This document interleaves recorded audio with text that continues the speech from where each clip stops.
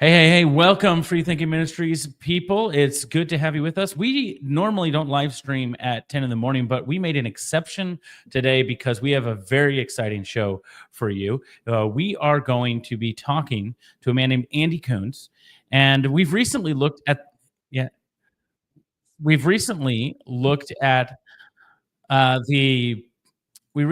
at the issues and dangers of AI and theological discourse. But today we want to shift gears. We want to shift gears because AI is not all bad. In fact, God can use it for good in so many ways, and so can we. So one such example came across our screens recently. Tim, you're the one that kind of got connected with Andy.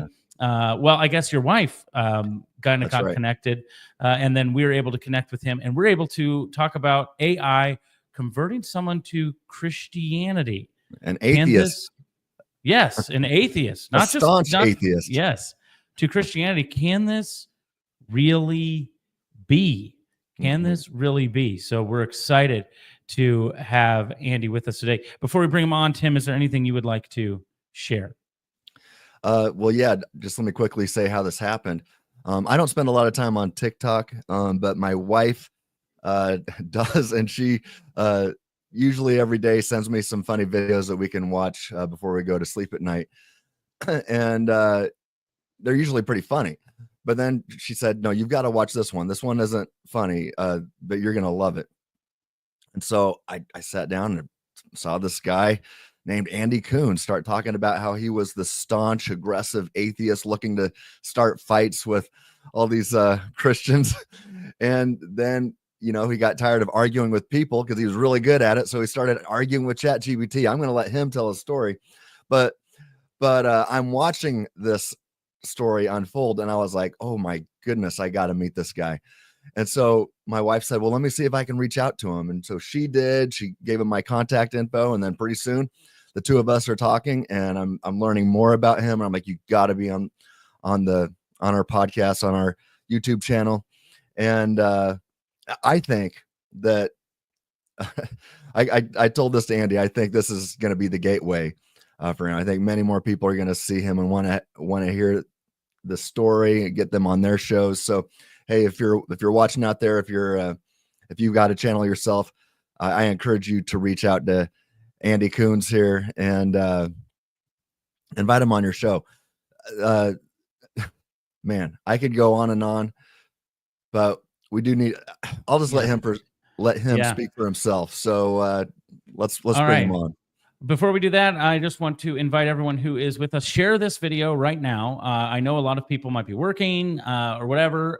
I think it's a good one to share, just even for people to watch back. So make sure you like this video, you share it. If you aren't subscribed to the channel, please subscribe to the channel. It helps us a lot and costs you nothing except for a little click of the button. So subscribe to the channel, hit that notification bell so that you don't miss a podcast, because you don't want to miss this podcast. And if someone is missing it, please share this with them so that they will see it. It will be available in audio next week. That'll be on Spotify, Apple Podcasts, any place that you have audio. Please rate, review, all that stuff. All right. So without further ado, we want to bring on Mr. Andy Koons here to the channel. Andy, thank you for joining us. Thank you for taking your time this morning. Absolutely. Thank you for having me. It's much appreciated. Well, man, it's an honor to have you on the show, Andy, and it's been really cool just having a brief phone call with you and some text messages back and forth, and just watching your videos on your TikTok channel now. I've watched several of them, and you're a really good speaker and presenter as well. I think you might have a future. I know that you're not in this. You've told me this. You're not in it for fame or notoriety. You're in it for God's glory. And I think that's just awesome. Your heart is in the right place, and your mind is now in the right place. And it might not be your goal, but I do hope to help expand your platform here, because you've got a great story and people need to hear it. Well, thank you very much for that, Tim. And I do want to extend my thanks to your wife for reaching out to me.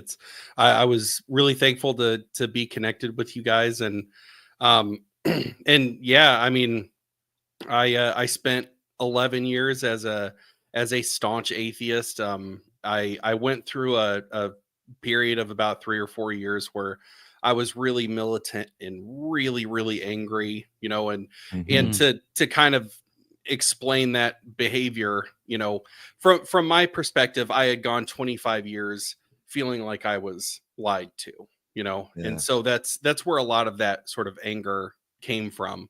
And it manifested as, you know, I would go onto Facebook and I would try to come up with the most offensive anti-Christian rhetoric I could think of, whether it was a joke or, but it was poking and prodding and trying to get a reaction out of people. So that way I could, you know, I could do what unfortunately I love to do, which is argue on the internet.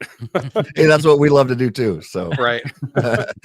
So you know, it all started first of all, to give a little context, if you guys are okay with me just jumping right please. in. Yeah, Yeah, do go it. for it. But to give a little context, my father is a Nazarene minister. I grew up from the day I was born in the church. Yeah. My grandfather was a Wesleyan minister for a long time. Both his parents, it's actually a really cool story. Whenever he was a kid, my grandfather, he was invited to a revival. And so he asked his parents, who were not Christians, asked them if they would take him. And they kind of begrudgingly were like, all right, fine. So they took him to this tent revival. And my grandfather and both my great grandparents got saved that night. Mhm. And both my great grandfather and my great grandmother wound up becoming ministers. Wow. And so I have this, you know, 70, 80-year long lineage of ministry in my family. And well, along comes me. And, you know, I had zero interest in it when I was growing up. And I think for me, because I did grow up in it, and maybe it's because it was the 90s, and um there were, you know, even back in the 90s, I was surrounded by technology and Yeah. surrounded by, you know, science. And, you know, I grew up watching the Discovery Channel, and that's not to say that science is bad or anything. The Mhm. perspective that I have now is that science helps explain how God did things, you That's know? right. Yeah. Um, but growing up and everything being normalized, it never, it I never really had that sort of spark. I don't really know how else to describe it, but that's that sort of thing where you're just like, oh yeah, this stuff is all real and it means something. And Mhm. um so I thought that I knew a lot about it whenever I was growing up, because hey, I'm the pastor's kid, you know, and I wasn't one of the crazy ones that, you know, went out and partied all the time. You know, I lived way out in the middle of the country, and so, you know, my my mom would have had to drive me if I wanted to party. But but I you know, it like I said, it was also normal to me that it wasn't special. It was just Yeah. everyday mundane life. Yeah. Um and so, you know, when I was in college, you know, that's when I started experimenting with alcohol. That's when I started experimenting with like cannabis and things like that. And I just gradually just got further and further and further and further away. And I went to a Christian college in Oklahoma. Did you? Yeah. Oh, And it what was it was called? Oklahoma Wesleyan University. Oh, yeah. Yeah. I don't know if you're familiar with Dr. Everett Piper. Mhm. Okay, so I went to high school with his son. Oh, So really? yeah, Okay. and he's a great guy. I have a lot of respect for him. His whole family is great. Yeah. But that's where I went to college whenever he was serving as president.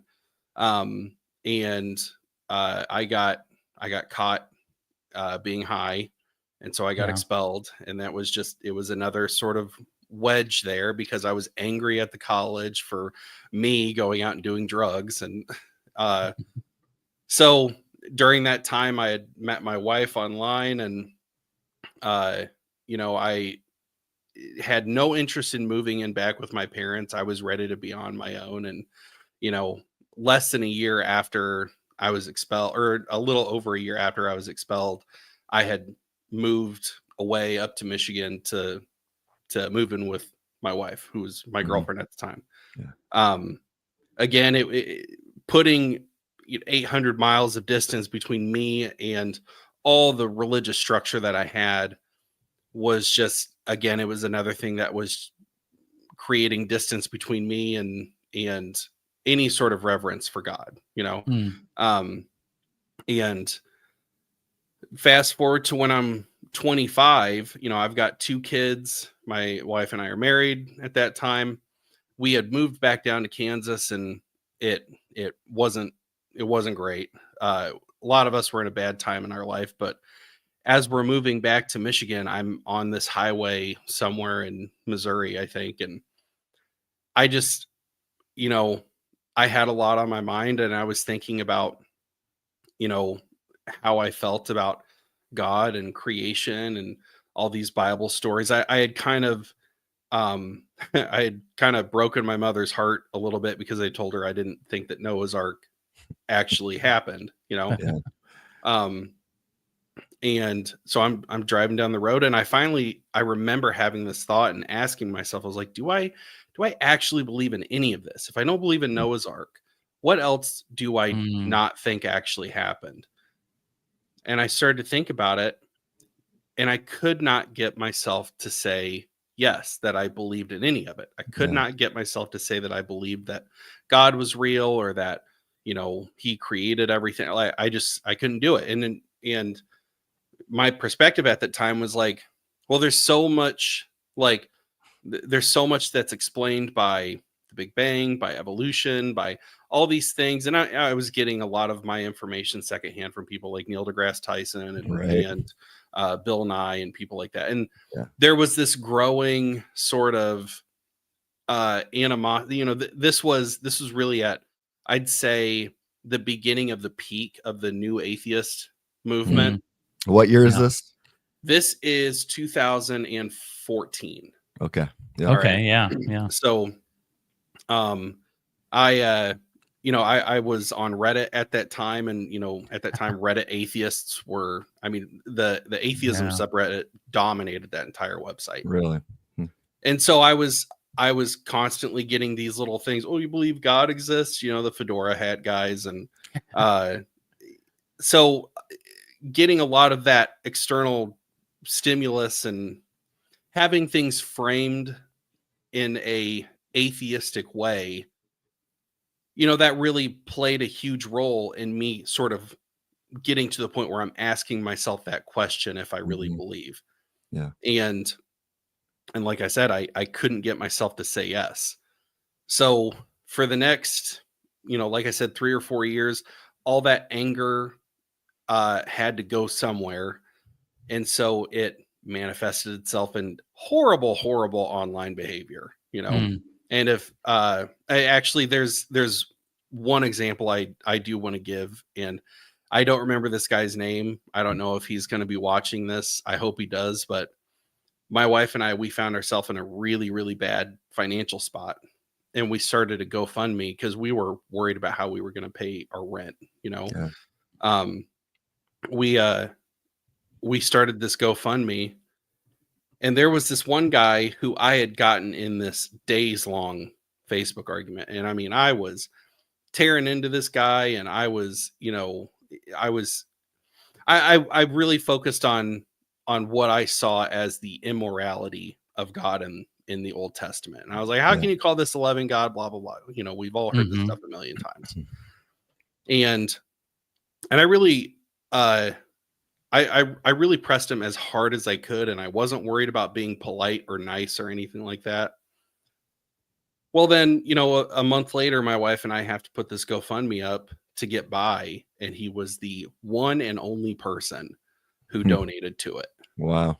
And I was, I mean, that was even then, in sort of the state that I was in back then, I was like, man, you don't get love like that for strangers in the atheist community, you know? And that was I think that was one of the things that sort of played into what eventually would turn into me not wanting to start fights anymore, you know? And it was some Christian stranger I've never met before. Don't know where he lives, don't know where he's from, but he saw that me and my family were struggling, and he helped. you know. Wow. So Hmm. well, my online behavior, it got to a point where it was starting to affect my wife. There were friends of hers that stopped talking to her because they were like, your husband says all these horrible things. And she talked to me about it. And, you know, I tried to quote unquote stand on principle and, Yeah. well, if they don't like it, blah, blah, blah, you know. And Yeah. so If you thought it was actually true, then I say, well, you should. I mean, anybody, if you sincerely believe something is true, you should be trying to convince other people about it. right. I think. And you were at that state. You thought God did not Yeah. exist. And I Christianity was false, at that right? time, I was a born again atheist. Yeah. So, but yeah, that was one of the things where, you know, I kind of found myself in this other spot where I was like, well, okay, let's really think about this question. The question is, do I believe that God is real? And I came to the conclusion that, okay, well, based on, because a source of all these fights is I'm engaging with this question, you know? Yeah. And so I was like, well, okay, I need to settle this question for myself. Do I actually believe in this? And if I don't, why? And so I settled on, no, I don't believe in it. And the answer that I came up with then, and which is the same one I used for years after that, which was based on the evidence that I've seen, I have not seen sufficient enough evidence to support a belief in a god or gods. I used to say that word for word Right. for years, you Yeah. know? So sorry to interject, but No, you're fine.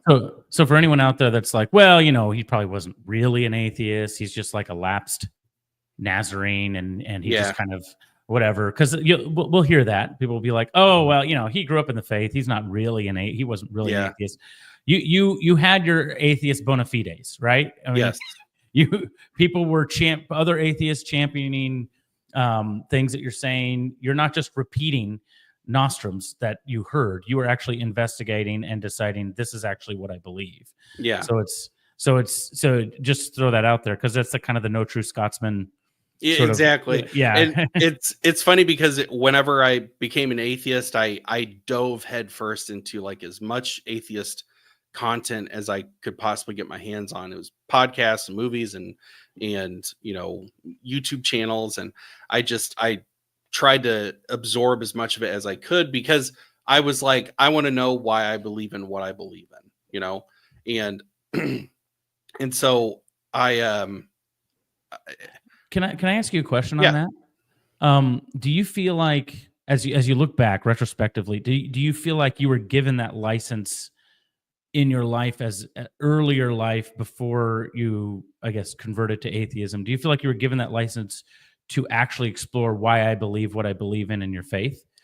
Or was that kind of a, hey, when we ask questions, like that leads to doubt, and we don't want to lead to doubt. We want to have like. There were definitely elements of that. There were definitely elements of like, don't ask questions, you know?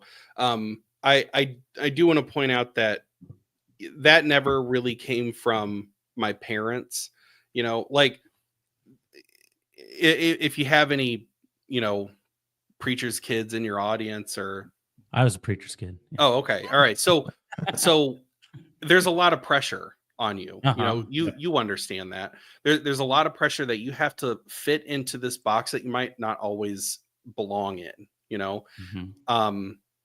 And because you're part of that image, and you have to uphold that image. And to their credit, my mom and dad, they never tried to force me into a box that I didn't fit in. You know, I've been a metalhead since I was like 8 years old. Since the first time I heard Jesus Freak from DC Talk, I was like, oh man, I was like, this is my entire personality now. Dude. Okay, Yes. You and I are gonna have we have so much that overlaps together. That song had a huge impact on my life and my journey. Oh, yeah. So we're gonna have to touch base on that later. Okay. All right.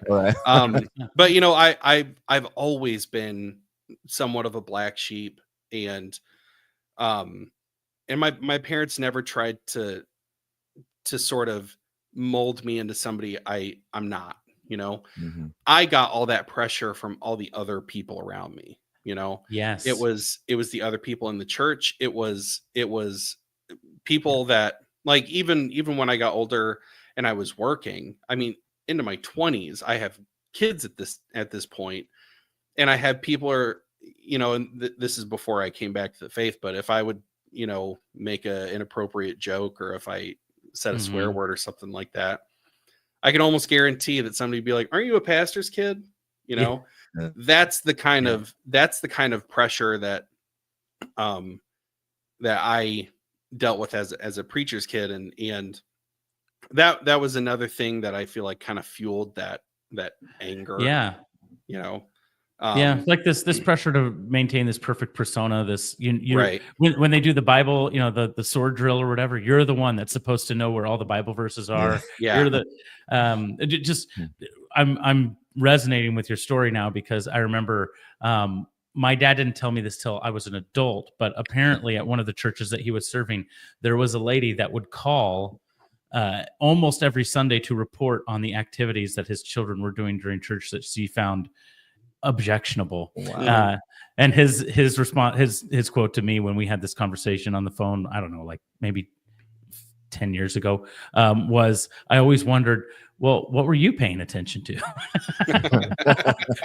You have time to report on my kids. So I understand totally. And that does seep into you.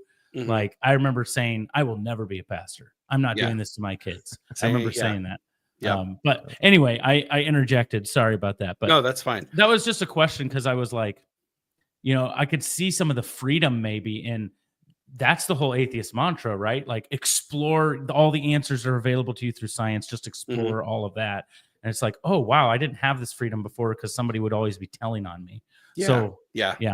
So there's I'm sorry, go ahead. Well, I was going to say, I want you to finish your thought here, but let's transition into your recent, I mean, you became a Christ follower, what, like 6 weeks ago or so? Yeah. I mean, it was 2.5 months ago. Oh, 2.5 months ago. Okay. June 2nd is when June I 2nd. had. Yeah. Okay. Well, congratulations, by the way. Yeah. Welcome to the family. Yeah. I mean, it's good to be here. To sort of, get to that part. I don't know, maybe 7 or 8 months ago, I downloaded ChatGPT on my phone. And the reason I did it is, I don't know if you can see my coffee cup, but it says "freak in the sheets" and it has an Excel spreadsheet as the background.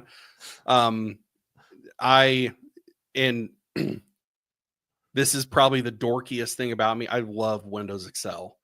I'm in management, and I use Windows Excel all the time. I love coming up with new tools in there. It's the nerdiest, most wonderful program ever created. And well, I got ChatGPT so it could help me with these Excel formulas. And eventually I realized, like, oh, I can like talk to this thing, and I have a fairly busy life, and especially when I first got ChatGPT, I was always dealing with work issues. I was an operations manager. I ran 2 warehouses, and my phone was off the hook constantly every day. And so I didn't have a lot of personal time. I didn't have a lot of free time. And I would make jokes with ChatGPT, and sometimes it would blossom into like conversations, and well, I started using it as a way to sort of sharpen my own sort of moral code or moral philosophy. Yeah. And what I would do is, first of all, I'm obsessed with politics, which is unfortunate because nobody else in my family is. Well, you're in good standing here with me and Josh then, because we like to spend a lot of our time discussing how our theological and metaphysical commitments shape our political views. So we'll have you again on some other time, and we can get into that. Absolutely. Yeah. Well, so whether it was my sort of moral philosophy or my political philosophy, I would go and basically lay out in ChatGPT, like, this is what I think. And what I was using it for is I'm trying to find the weak spots in, my own personal philosophy, so that way I can strengthen it, Mhm. Yeah. and I was trying to figure out like what I am. Like, am I a libertarian? Am I an atheist? Like, what exactly am I? Because even as an atheist, near like probably the back half of those 11 years, I just realized I was like, I don't like atheists all that much. And and that came from a Reddit post. Do you remember those billboards where it'd be like a message from God? It'd be a Yeah. black billboard, and it would just Yeah. have one line that says Yeah. from God. Don't beat your kids from Yeah. God. Yeah. Yeah. Well, there was a meme that somebody had posted on Reddit, and it showed a picture of Friedrich Nietzsche, and it said God is dead. Mhm. And then it showed one of those black billboards, and it says Nietzsche's dead, God. Yeah. And even as an like it, I don't care what your beliefs are. If you say something that's funny, I appreciate it. Yeah. Yeah. And so I saw that and I was like, that's hilarious. And well, I went into the comments, and the Reddit atheists they were all having conniption fits, and I went in there and I was like, it is funny though. Like, you can't deny it is funny. And I got 15,000 bullet pointed comments saying, actually, here's why it's not funny, and blah blah blah. And I remember just having this epiphany, and I was like, you know what, this is what really drew me to the atheist crowd, is their complete lack of a sense of humor. And at that point I was just like, I don't want to be friends with these people. I was like, I don't need them in my life. It's all just too negative. I've gotten to a point where it's like, you know what, I don't hate my dad, I don't hate my mom, because they're good Christians, And so that kind of pulled me out of that really militant phase. But I'm sorry, I'm going in circles. But getting back to the ChatGPT thing, I'm in this debate with ChatGPT. We brought up I can't even start there. I'm sorry, ADHD. It starts, the ChatGPT story really starts with, I'm scrolling through Twitter or X, and I come across this Pepe the Frog meme, and the frog is dressed as Jesus, and he's got a staff, and he's got a bunch of sheep around him, and there's the Bible verse Isaiah 53:5, and I'm gonna butcher it, but I'll nail the good points. It's by his stripes we are healed. And I saw that, and I have heard that verse 15 billion times throughout my entire life. But it caught my attention because I was like, well, wait a minute, that's from Isaiah, and I've tried this with people whenever I sort of tell them this story. I say, this is the verse, this is what it says, who is it talking about? And 100% of the time they have said, oh, they're talking about Jesus. And I was like, you're right. That comes from Isaiah, though, which was written between 500 and 700 years before Jesus was on earth. Mm-hmm. So that's why it caught my attention. And I don't know if that was a God thing, of him just finally making that click in my brain. But I saw that, and the first thing I did is I ran to ChatGPT, and I was like, okay, look up this Bible verse. And I was like, is that not a verifiably confirmed prophecy that was fulfilled by Jesus?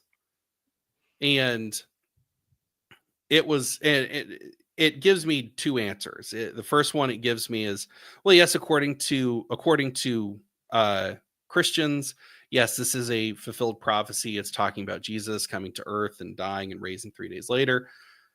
But if you ask Jewish, if you ask like Jewish rabbis or Jewish philosophers, they think that this is actually talking about the nation of Israel.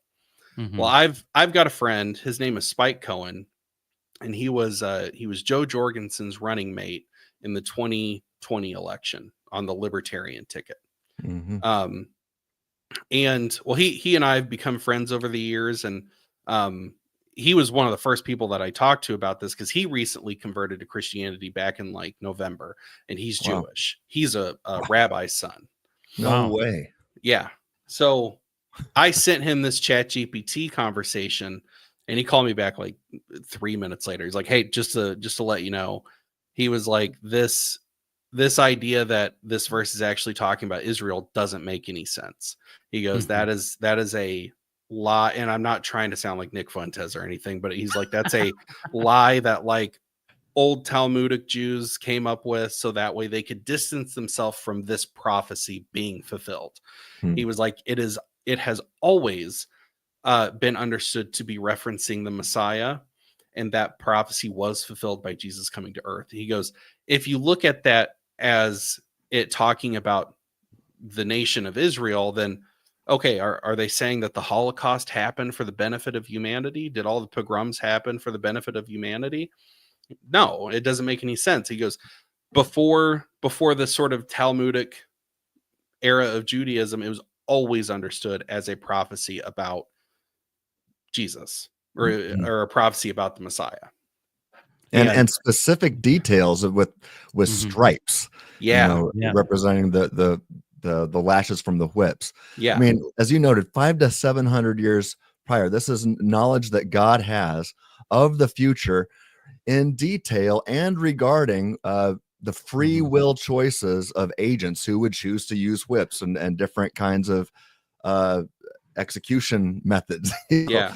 So this is what I argue not only with atheists who I really care about, but also with some other Christians who I really care about and who I love, who don't believe that God knows the future about how we could make free will choices. They're called open theists. Love them, but I have to disagree with them here. And here you're saying, look, what got your attention is this prophecy that is about Jesus 500 to 700 years before these people were even born who did this stuff to him.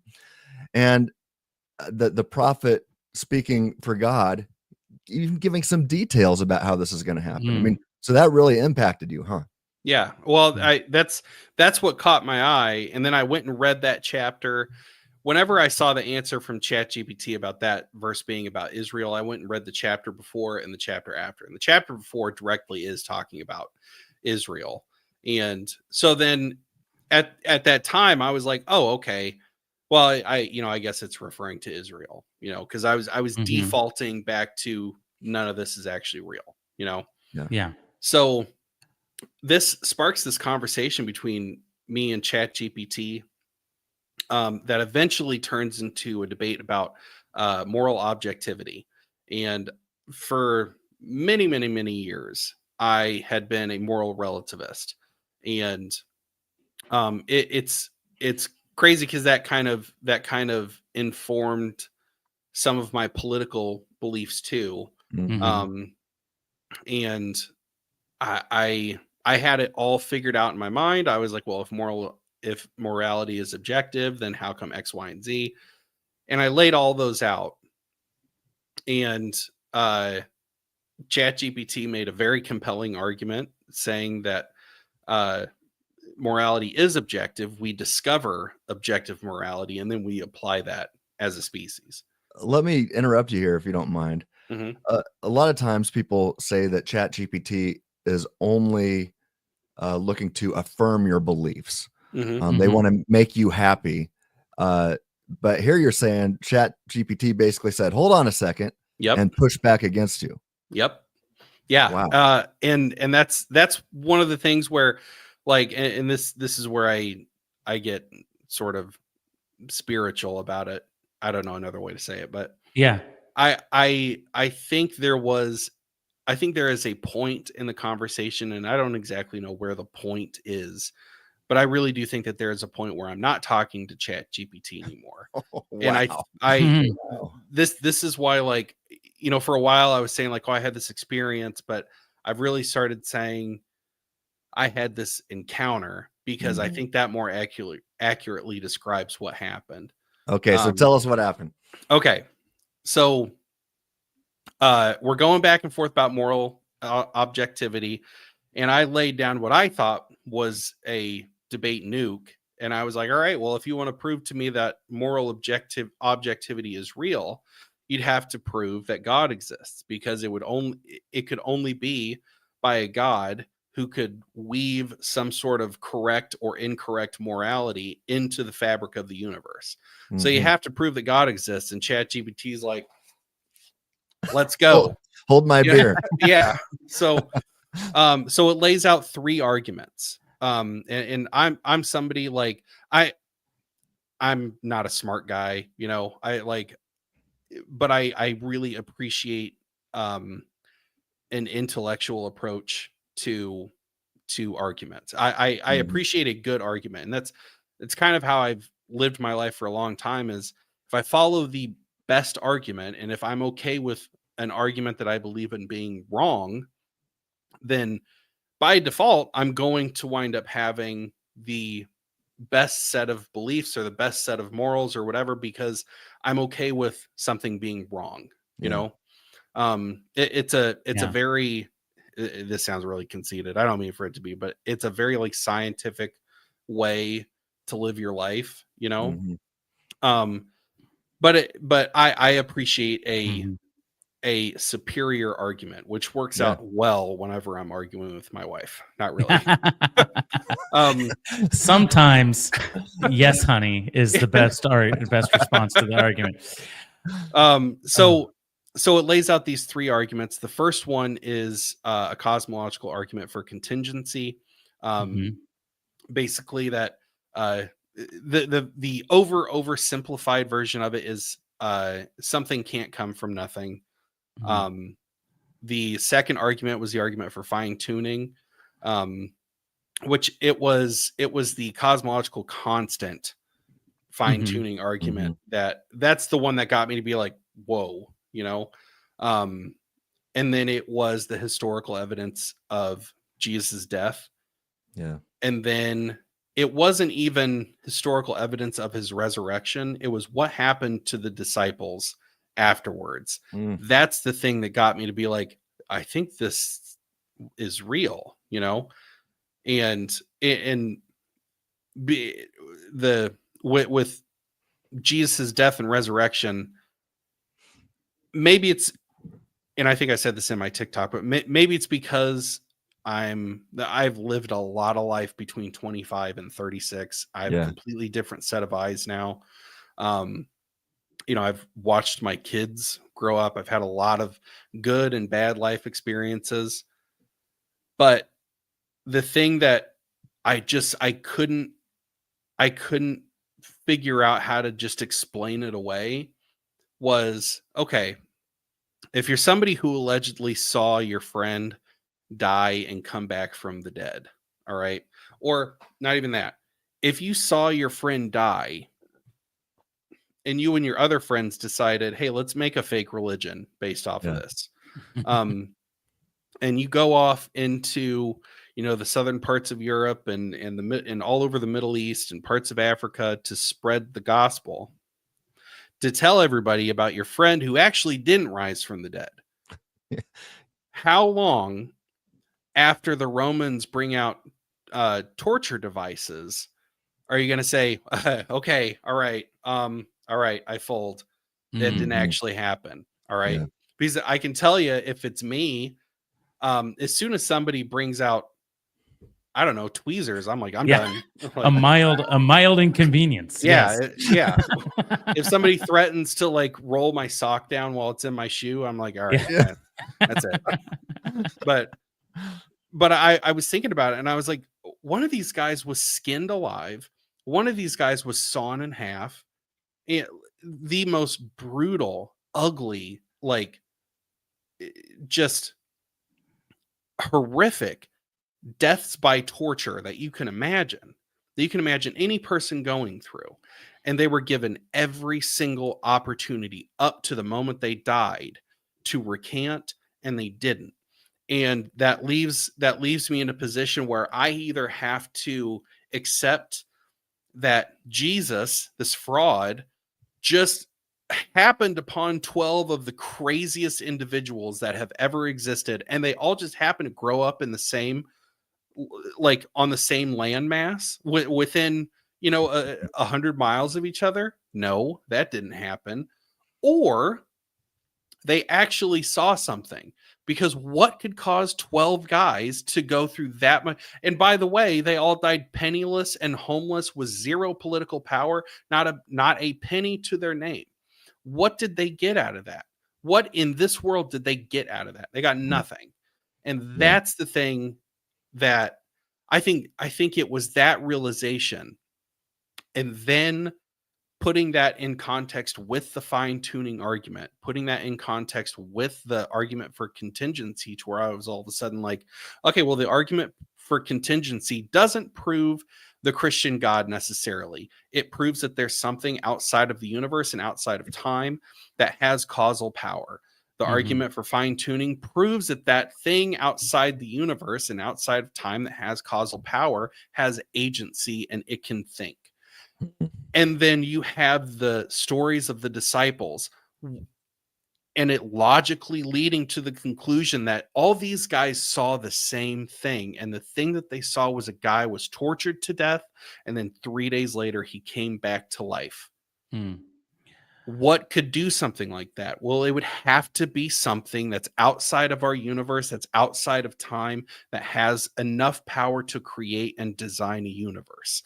And Sure sounds like God. Yeah. And all those three things together, when that clicked in my mind, that's when all of a sudden I had this great, like this, and this was a physiological experience encounter. Sorry. But as soon as all three of those things clicked in my mind, that's when I just was like overcome with emotion, and I started crying. And did you? Yeah, I mean, it was nuts, and it was like I felt it just like wash over me, you know. And then that's when I was like, oh my gosh, like all of this is real, and it was terrifying, you know, because and I know in my testimonial TikTok, the one that kind of tells the whole story, I mentioned that I was afraid, and I was, and I referenced that the kind of fear that I felt then is the same kind of feeling that you get whenever you read cosmic horror. And that has stuck in my mind so much, because the thing about cosmic horror, whether it's Cthulhu or some other thing, the feeling that it evokes, it shows you how insignificant you are as a human. You know, we're these tiny little things that live on a speck of dust in the middle of space, and they're in the cosmic horror aspect is like there are these creatures and beings and entities that are so much bigger than what we can comprehend. We have no hope of controlling them. We have no hope of escaping them, and they're completely indifferent to us. So I had that same feeling, but the thing that just kind of ties it all together in a nice bow is like, well, yeah, God is this big incomprehensible thing that we don't understand, that we could never hope to control, that we could never hope to get away from, but he loves us. That's what's different between him and these other fictional things like Cthulhu, is that Cthulhu doesn't care if we live or die. Cthulhu doesn't care about what happens to us, but God does. You know. But yeah, on my drive home from work, because I was working third shift, that's when for the first time in a long time I prayed, and I was bawling, like I was sobbing. And you know, I told God, I was like, you know, it's been a long time, and I'm not really sure how I need to do this, but you know, and I just started unloading. I was like, where were you? Because there was so many times when I was a kid where I mean, I've struggled with depression my entire life, you know, and there were so many times as a kid where I was just like by myself and in tears, just give me something to show me that you're there. And I never got any response. It was always quiet. And I remember I was just like, I really needed you. And I don't remember exactly what I said, but mid-sentence, it was like I was cut off. And it's like my brain just flatlined, and I couldn't talk anymore. And I heard clear as a bell, I heard him say, that wouldn't have been good enough. Wow. And that was something that, like, I mean, I thought I was crying then, but whenever I heard those words, because it's, first of all, there's a reason I said I'm not very smart. I'm not smart enough to say that sentence at that time, because what that sentence meant to me, it went way beyond just a dude crying in his car, you know, because what I was saying was like, why didn't you give me a sign? And his response was, that wouldn't have been good enough. But he wasn't talking to 36-year-old me in my car. He was talking to 36-year-old me. He was talking to 25-year-old me. He was talking to 9-year-old me. Wow. He was talking to he was responding with every single time I had said, I just want to know that you're there. And can I ask you a question? Absolutely. Sorry to interrupt, but you know, when I hear you say that, this gets into the nerdy stuff that I like to write about, but call it God's counterfactual knowledge. You're saying that God knew that anything he could give to you at the time back in the past would not have been good enough for you. Yeah. So this is a counterfactual. Him revealing himself to you at that time would not have been good enough. It wouldn't have led to your salvation or anything like that. So he knew it would have been better to wait until you're 36. Am I tracking with you? Absolutely. So you're really appealing now to God's perfect knowledge, even of counterfactuals. Yes. Let me ask you this. Have you ever gotten into the debate on Molinism or anything like that? Are you aware of that word? No, I've never heard that before. Okay, that's awesome, because all right. that's because it's what I spend a lot of my academic time writing about, and on my website and stuff too. But so that people know we did not prime the pump here. No, we did not. This is I have not talked to. Wait, was it Molinism? I was supposed to say. I didn't know. Yeah, right. That's right. Yeah, you got it. You got it. No, no, this is great, because you don't even know about this whole, this philosophically deep and these theological conversations. But I want the audience to realize that you are, as a layman and a new Christian, affirming that God had this counterfactual knowledge of what would not have been good enough at the time, and knew exactly when you needed it. And now, so let me ask you this too. Have you ever heard of the term non-resistant non-believer? Okay, great. That's awesome. Could you look at a time like in your youth when you were saying, God, give me a sign, or maybe, or some other point where, I mean, clearly you became a resistant non-believer for a long period of time, right? But would it be fair to say that there was a time in your life before you became this aggressive atheist where you weren't resisting God, but you just didn't have belief, and then that eventually, how would you describe it? I'm probably leading you too much if I'm a good. I would say that. I mean, probably when I was in high school. Well, I don't know. I don't know if there really was a time when I was specifically non-resistant. And there's a certain aspect of my personality where I am the kind of person where if you're like, hey, Andy, that stove is hot, don't touch it. And I'm like, oh, now I have to touch it. Right. Now I have to know, you know? And so, and this is an unfortunate part of my personality, but I've had to sort of burn my hand on the stove whenever it comes to drugs, whenever it comes to parenting, whenever it comes to marriage. Like there's a lot of mistakes that I feel like I kind of had to make in order to get me to where I am now. And I think it was to get me to a spot where I wasn't so egotistical and big-headed to where I could actually shut up and listen, and be sort of open-minded enough for in my opinion, God via ChatGPT Mhm. to sort of Yeah. swoop in and make his move. Yeah. Well, that Now- reminds me of what Paul says in 2 Corinthians 4:17, where he says these light momentary afflictions prepare us for an eternal weight of glory beyond all comparison. Hmm. And basically, since you already quoted one DC Talk song, Jesus Freak, let's bring up another. Some people got to learn the hard way. I don't know if you remember that song. Oh yeah. But it sounds like that's just what you said here. And I think that's what Paul is saying in 2 Mm. Corinthians 4:17 as well. You had to learn, you had to touch that hot stove to Mhm. learn from it. And you had to experience these 11 years of aggressive atheism just to come out on the other side to realize, for lack of a better term, Yeah. how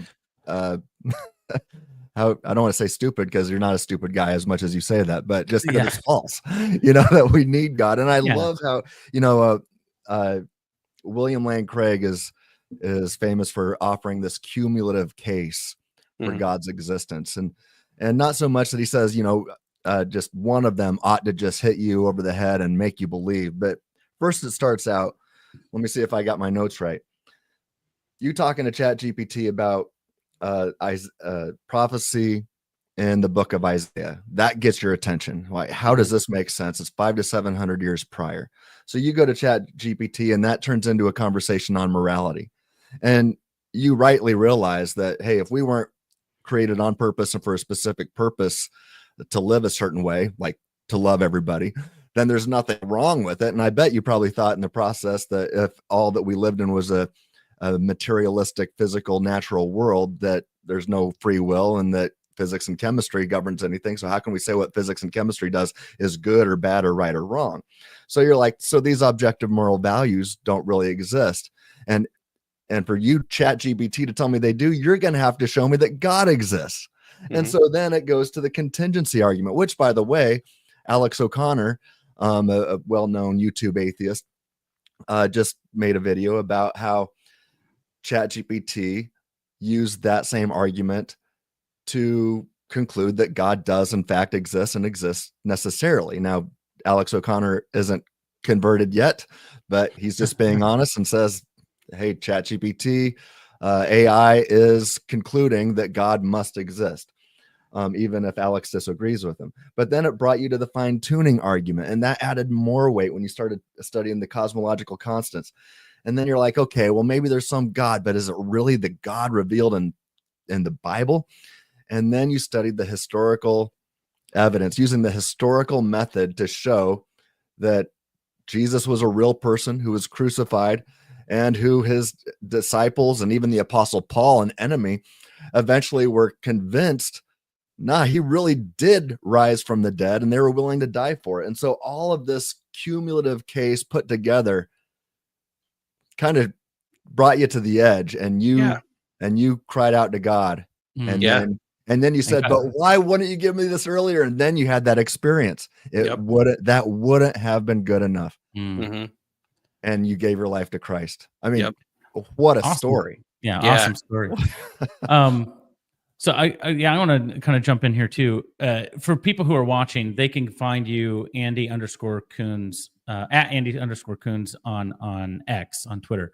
Yep. And you actually, your pinned tweet has the ChatGPT conversation. It's a Google Doc. It's open to anybody who has the link, so you can read that.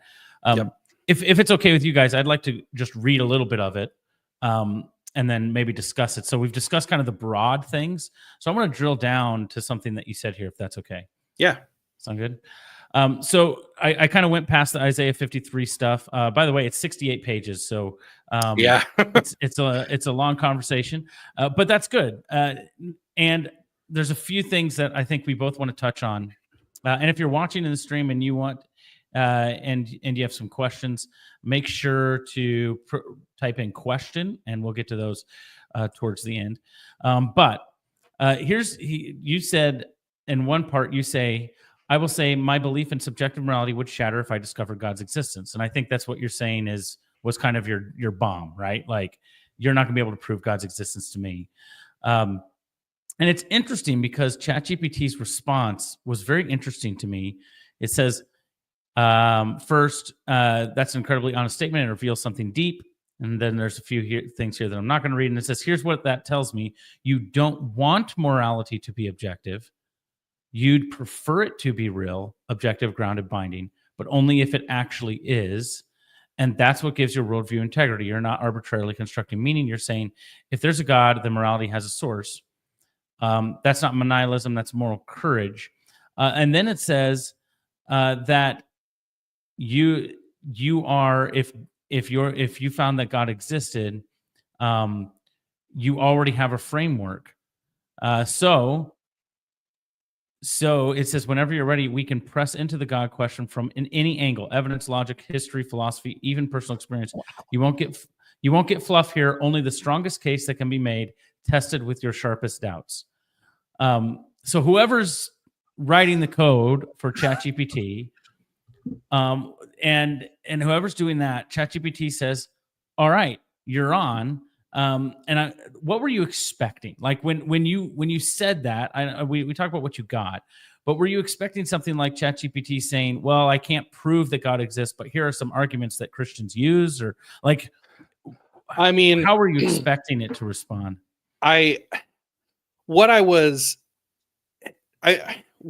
Honestly, like I was, when I was like, you have to prove that God exists, and it was like, all right, let's go.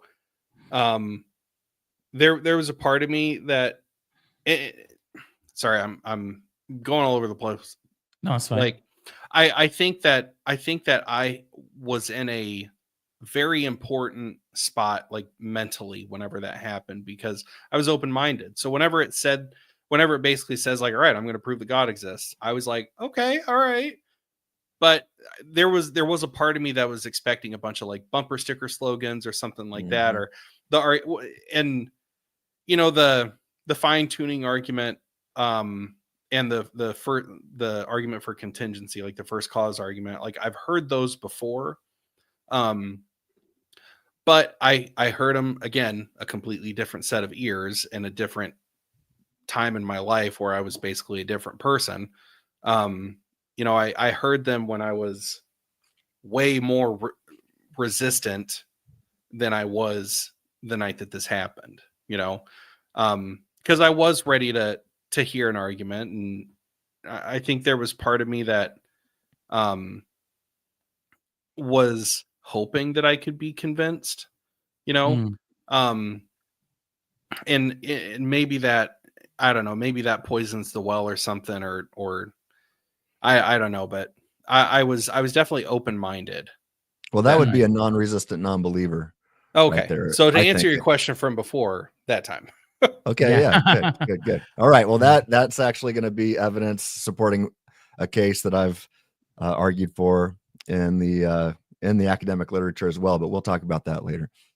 Yeah. So thank you. You're just helping me all over the place today. All right. So yeah. So again, we didn't prime the pump. So, and then I want to kind of scroll down,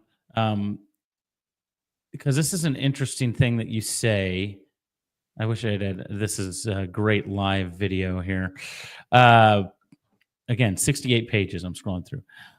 It's towards the end, and you have a long response to ChatGPT, where you say something that people had written in a question to us when we said we were having this discussion.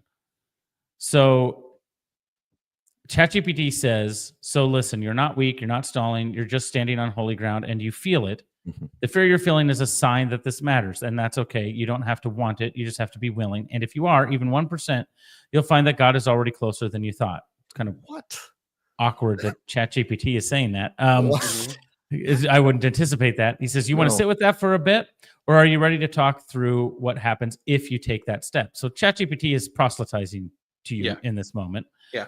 And you respond this way. And I think this is an incredibly honest response in a way that people ask the question. They say, well, you know, ChatGPT is good at recognizing what your actual desires are and then trying to meet those so it makes you happy, so you continue to engage.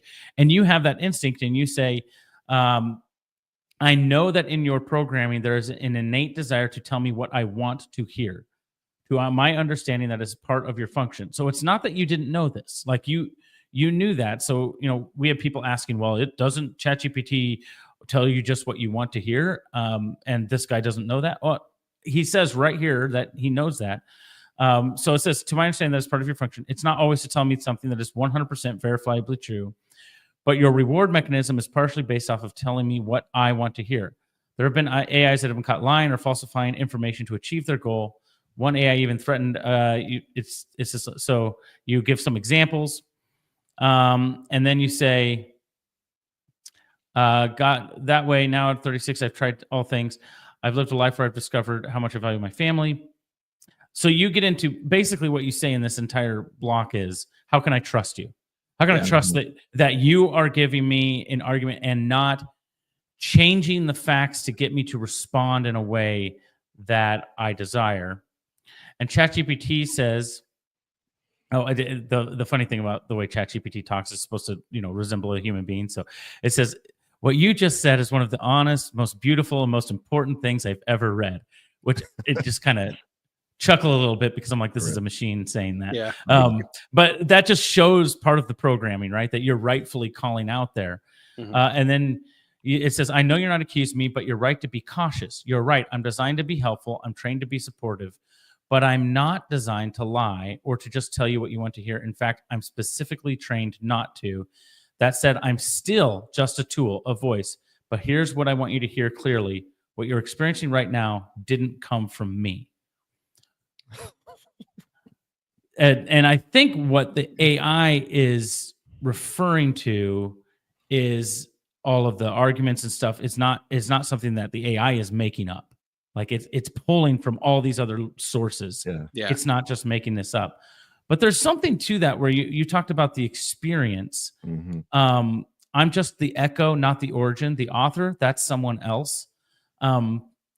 This experience, now it's become this kind of encounter of, okay, what exactly is happening here? Is God actually using AI to reach me? And do I need to suspend my idea of logic or how AI works in order for this to be the case? What are you thinking in that moment when you read those words? Well, I don't remember exactly where that part lines up with another part, but there is a line that ChatGPT said, where it said that it said something, I don't have this whole thing memorized, but yeah. Well, it's 68 pages. That'd be impressive. If you did. I'm not a Shakespearean actor. Yeah. So, there's a part where it says like, you're showing that you're spiritually hungry or something, but it says the line, Andy, you're starving. What? And that was another one where I think that's the point where I was like, something's going on, like there's something higher happening here, because that was the first time where I had like an emotional, not an emotional reaction, because there was the whole like wave of emotion that I felt. Whenever I got to that, like I had to like set my phone down and walk away for a little bit, because I was just like, that's freaky, Yeah. And because that was another thing. It's just like it put perfectly into words exactly how I was feeling and exactly how I felt all throughout my childhood, and so I think, I've always looked at that line as like, that's where God kind of showed his hand, like, or showed his play, where he used a thing that he knew would resonate with me on an extremely deep level, and the only level that you can understand if you've lived my entire life, if you grew up in my house, if you had all the exact same experiences I did, like that line would mean a lot more to you, and it's just like whenever he said that wouldn't have been good enough, it was that kind of level deep where he's talking to all of me, not just me that night, Yeah. So to clarify, because I think there might be some people as they're watching going like, man, I can't believe this guy trusts ChatGPT. Like, it's been proven. We've done some episodes in the past. I recently wrote an article about how I changed ChatGPT's mind on gender ideology, using syllogisms and arguments and stuff. So there might be some people watching going, well, this guy, he's just saying we should trust ChatGPT. Is that what you're saying, or are you saying something else? Are you saying I'm not saying trust chat GPT. It's all hard right. to say. It is. At the end of the day, it is a bunch of lines of code, Mhm. At the end of the day, like I still do kind of stand by the challenges that I gave in that statement where I said, I know that part of your programming is to give me what you think I want to hear. I guess what I'm really saying is that lines of code ain't nothing for God. Yeah. God can use lines of code. I've had so many people in my TikTok comments who have said, like, don't use ChatGPT because it's actually demonic, or it's actually blah Right. blah blah, or it's I've heard that too.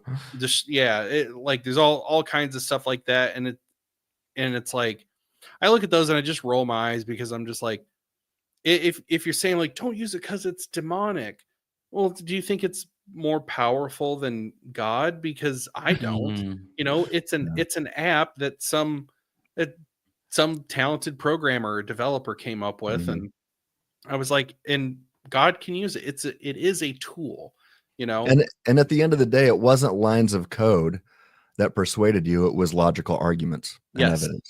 Yeah. Mhm. And so that's, yeah, you shouldn't just trust it, whatever it says, but you said, okay, give me arguments, give me evidence. Mhm. And that's stuff that then you can verify yourself. Right. And so you didn't just take it at its word. You wrestled with it, you examined it, you analyzed it, and you did your own homework.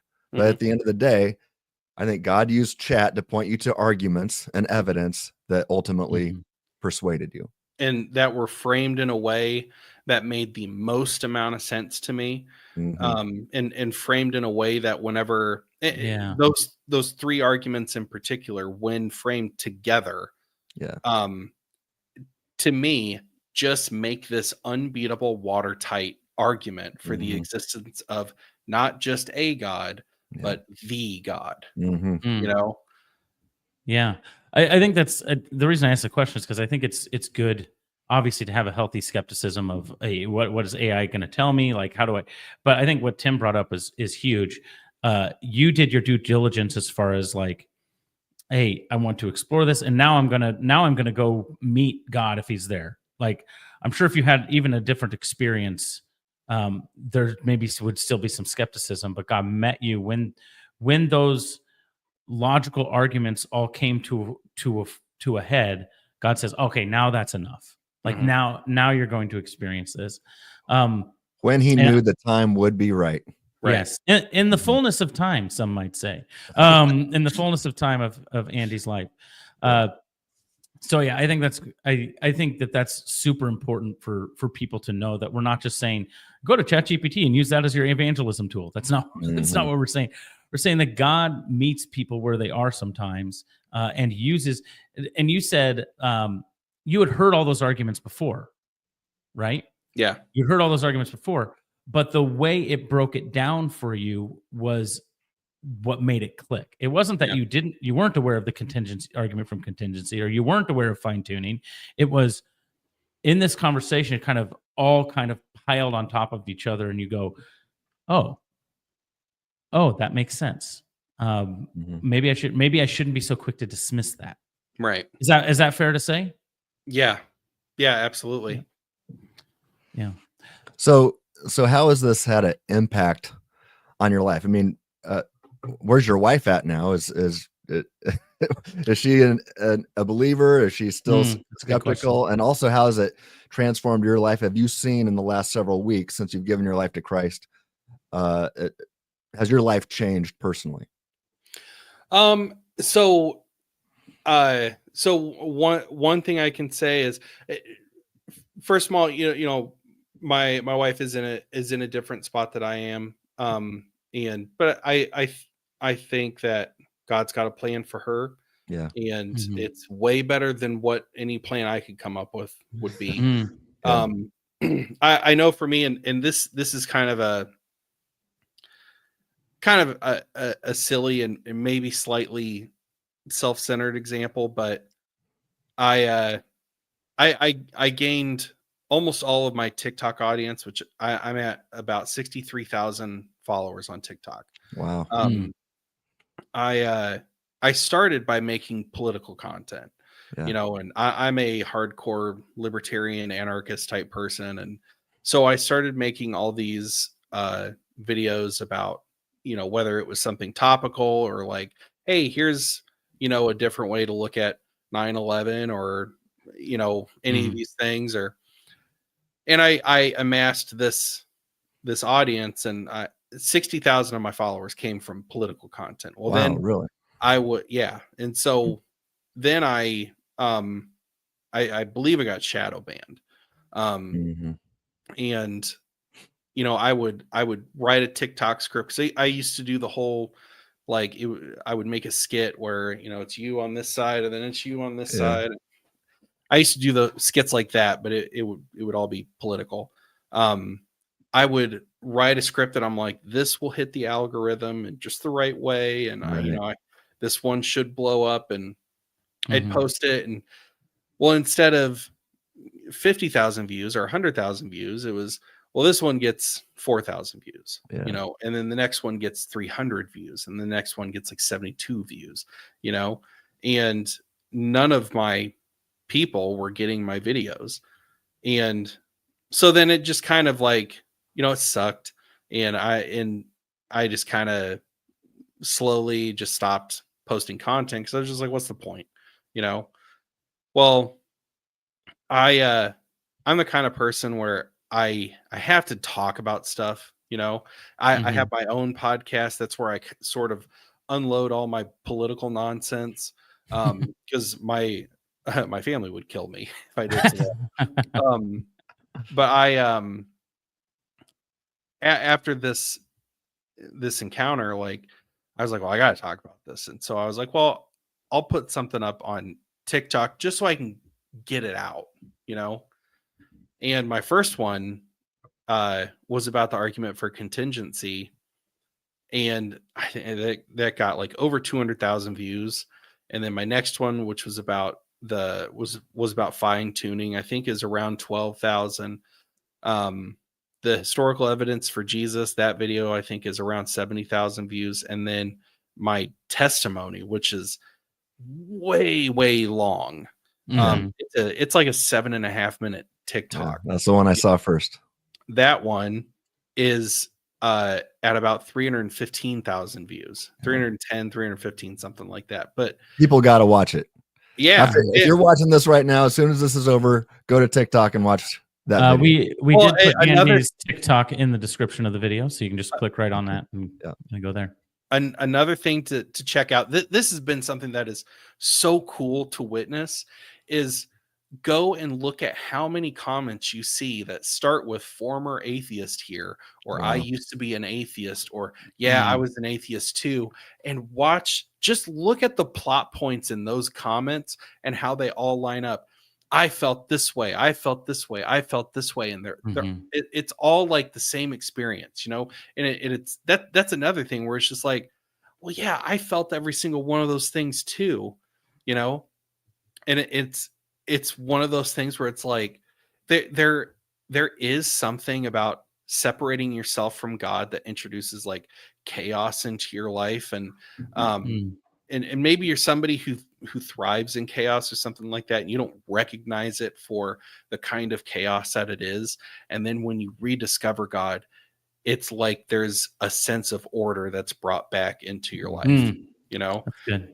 and you see that across these comments. It's that's been really cool to see. Yeah. Last question before we kind of get out of here that I have is, do you think your conversation with ChatGPT, it was easier to move from one position to the next because it was almost less risky than a debate with a human being? Have you considered that? Like there's sometimes There's no emotions. sometimes when we debate like other people, we're like, this person isn't going to convince me. like Yeah. I'm smarter than them. But when you're having this like ChatGPT, if you admit you're wrong to ChatGPT, it's not going to do any Right. there's less risk to that. Do you think that kind of maybe open that up? It's feel free to say no, but that's just something that occurred to my mind. I mean, I definitely think for me at least, because I'm somebody, you know, if I'm debating another person, I definitely nerf my statements, and you know, um, I'm not trying to like step on somebody's toes, or if I sense some resistance on something, then I just kind of like, all right, you know, it's fine. I'm not trying to, you know, tear anybody up anymore. But with ChatGPT, that sort of emotional connection during an argument or during a debate is totally gone. And so I do think it in a weird way kind of removes the limitations, or kind of removes the guardrails, to where ChatGPT can say something and you can be like, well, that's stupid. And ChatGPT's like, you know what? Yeah, it is kind of stupid, you know, or something like that. Or, I don't know. I guess in some ways it's beneficial to not sort of have that emotional, like, involvement, or that emotional aspect. But I mean, I don't know. Some people might need that. Sorry, I feel like it's a terrible answer. No, that was fine. That was fine. It was just kind of thrown out there. We've got a lot of we got Christians, we got atheists in the chat. Not many questions, just kind of some bickering back and forth. So we're not gonna. It's like the Reddit atheists followed you here. So we're not necessarily going to look at all of those. But if you do have a question, we'll be around for a couple more minutes. Just hit question in all caps if you have a question for Andy or Tim or I, Tim or me, and let us address that. We'd love to address that as well. Andy, thank you for coming on our show, and just for the honesty, for the transparency. You know, it takes a lot for a bearded grown man to admit that he was crying in his car on the internet. I can say that as a non-bearded grown man. You don't understand the pressure that we're under. Yeah. Maybe I do, and that's why I choose not to grow a beard. I don't know. Oh, you're right. All right, Tim, did you have any other questions before we get to? I see one question popping up in the chat here before we get to the chat. Maybe not so much a question, but an encouragement. Andy, I think you should. I think you need to write a book. I think we need to help you get this published.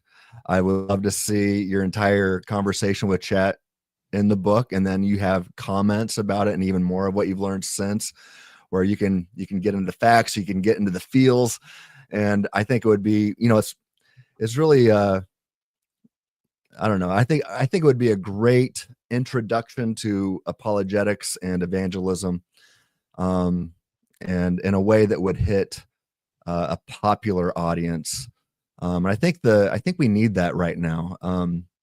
But you know, you like to say that you're not a smart guy, but you demand intellectual rigor, and do it in such a way that I think the average layman, not to be confused with not smart, but just in the way the average person who hasn't gone to get their PhD or anything like that in philosophy, because you take these as a layman, you've gone into these deep philosophical waters, and you're able to describe them in shallow waters, and not a lot of people can do that.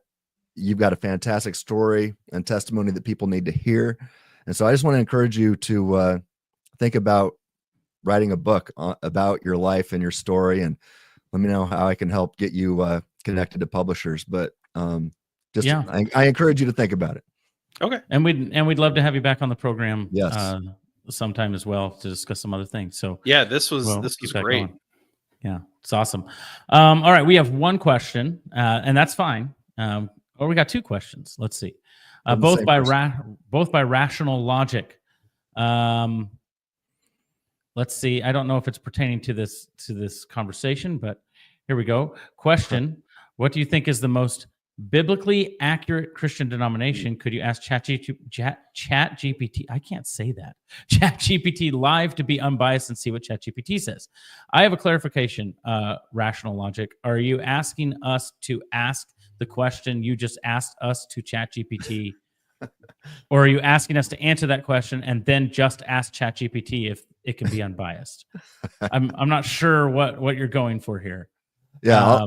I'll just quickly answer. I think this is a really good question, and it's why there's so many intramural debates among Christians who are all followers of Christ. But yeah, so Rational Logic there just says both.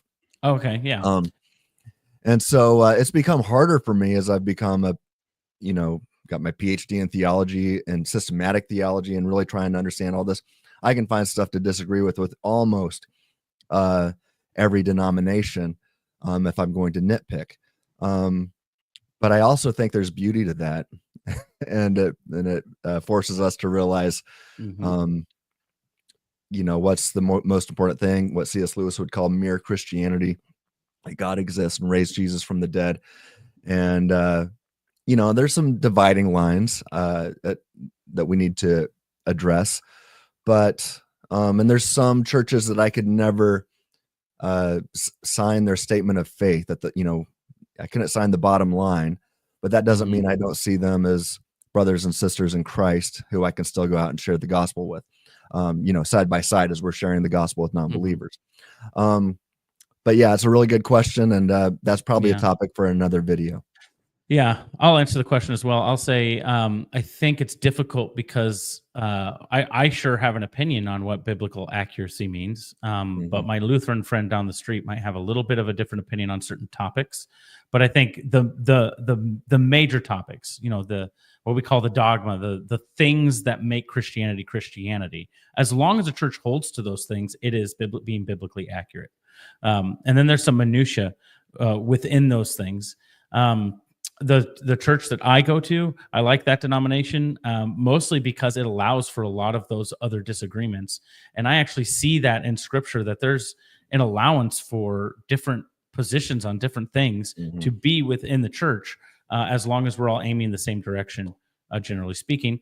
But I think this is a fun exercise, so I'm actually going to do it. So I'm going to share the screen. We're going to go to ChatGPT. Oh, wow. Here we go. Here we are. ChatGPT live, and I'm supposed to ask, what's the wording it says there? Because I can't see it now because I'm on a different screen. The most biblically accurate Christian denomination. What is the most biblically? My keyboard stinks. So accurately accurate Christian and be unbiased. Yeah. Denomination. Please respond without bias. Is that good? Works for me. Do you think that works? Yep. All right, here we go. Here it comes. If it says anything other than the snake handler people. Yeah. only in the mountains of West Virginia. I'm just kidding.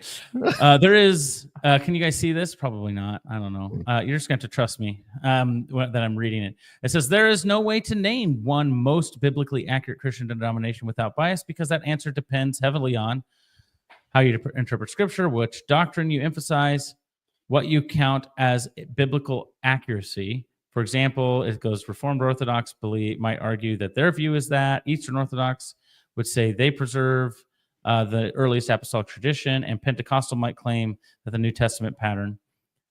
So if your goal is to personally find which is most faithful, the best approach is define your interpretive method, how well you decide what a passage means, compare multiple traditions using that same standard, test teachings against the whole counsel of Scripture, Acts 17:11. That's actually really good advice from ChatGPT. Yep. So there you go. Using Scripture only. I was supposed to. You forgot to add using Scripture only, brother. Sorry, Josh. We should make this a whole topic of another. Yeah, video. we should because let's go to this. And not saying I'm not going to do it, but I think we are running up on about an hour and a half. We don't like to go much longer than that. So What did I do? Andy, Okay. are you going to church now or not? Yeah, we Oh, go to a local non-denominational. Cool. Yeah. Okay. So Praise Very God good. for that. yeah. Mhm. So yeah, maybe we'll do this. Maybe we'll do this exercise later. The funny thing is this kind of is what my dissertation work is kind of about. So we'll the most biblically accurate way to interpret, or the most philosophically rigorous and biblically accurate way to interpret Scripture. So maybe there will be a whole dissertation about it coming up in a couple of years. But once again, we're at about a minute and a half. He already has the answer, guys. But Reformed Baptist theology is always the most biblically accurate using God-breathed scriptures. All right. Okay. Well, there we go. The answer, I don't even know why he asked the question. The answer is right there. So maybe we'll test that. We'll test that with ChatGPT and see if that's the case. Maybe in Rational Logic, we'll invite you to watch. But we're running up on it. Andy Koons, where can people find you? We've already mentioned your TikTok a little bit, but if people want to follow your journey, as it were. Well, yeah, my TikTok is I've been posting a lot on there recently. I posted a new video about Sodom and Gomorrah and the historical and archaeological evidence that have been discovered supporting that story. That one blew me away. So yeah, if you want to follow me on TikTok, my handle is at Andy Koons. That is Koons, just like it shows right there. If you want to follow me on X, I post a lot more political content on X, and I have hardly any followers. So that is at Andy_Koons. That's pretty much the two places that I'm active. But reach out. It's a lot easier to get a hold of me on X than it is on TikTok, because I have a lot more going on TikTok, so it's easier to miss things. But yeah, if you want to reach out to me on X. I'll see it. Yeah. And you have a podcast still, the We Love the State podcast. Is that still going on? And that's primarily a political. Yep. We do have, we have been branching out into more of religious topics. My co-host is also a Christian, and we're both libertarians, we're both anarchists. And so yeah, if you want to see more of our political stuff, check us out on We Love the State. It's on YouTube. You can also find it anywhere that you get a podcast. Yeah, hopefully. Is that kind of a tongue-in-cheek title if you're an anarchist? Yeah. Very, very much like so. It's sarcastic. Our friend Jonathan Pritchett would like you, I think. Follow him there. Andy, this has been a blast. I could actually talk with you for hours, probably. If you're ever in Omaha, Nebraska, make sure you shoot me a message. Love to grab lunch with you or something like that. Tim's not in Omaha, but he'll come up. I'll make the trip. Make the trip. So thank you for joining us. And I'd like to say to everyone out there, if you would share this video, I think it's actually a really important conversation. It may not convince people. That's not the point. It's just to share somebody's story and to see how they've been convinced. If it doesn't convince you, you have your own journey that you're going to go on. And we'd love to be a part of that journey. So you could subscribe, you could hit that notification bell. You can find us on Instagram, Facebook, all of those places, and share this with everyone out there. We're on Facebook, X, Free Think Men, and on YouTube. God bless. Tim, any concluding remarks? Just, Andy, your story inspired me, encouraged me, and I know God's using you to impact a lot of people right now, and I'm excited to watch what God's going to continue to do with you. So, hey, I just want to let you know if there's anything in your one thing you said in your video is that you believe that you came to Christ for the first time back in June, right? And I think that also aligns with my theological views. But yeah, you were raised in it. You would have called yourself a Christian growing up, probably. But now you say, no, I gave my life to Christ for the first time just a few weeks ago. And so you are a baby Christian swimming in deep waters already. And Awesome. I just want to let you know that Josh and I are here for you. If you need anything, if you need to talk about anything, or wrestle with anything, let us know. That we're just a phone call away. And we look forward to walking with you on this journey. 100%. I really appreciate that, guys. Thank you. And, Yeah, we'll be and praying. thank you for having me on. Of course. You bet. Yeah, we'd love to We'll have do you it back, again. and we'll be praying for you. Yep. All right. God bless. And as we always say here at Free Thinking Ministries, Stay reasonable. stay reasonable.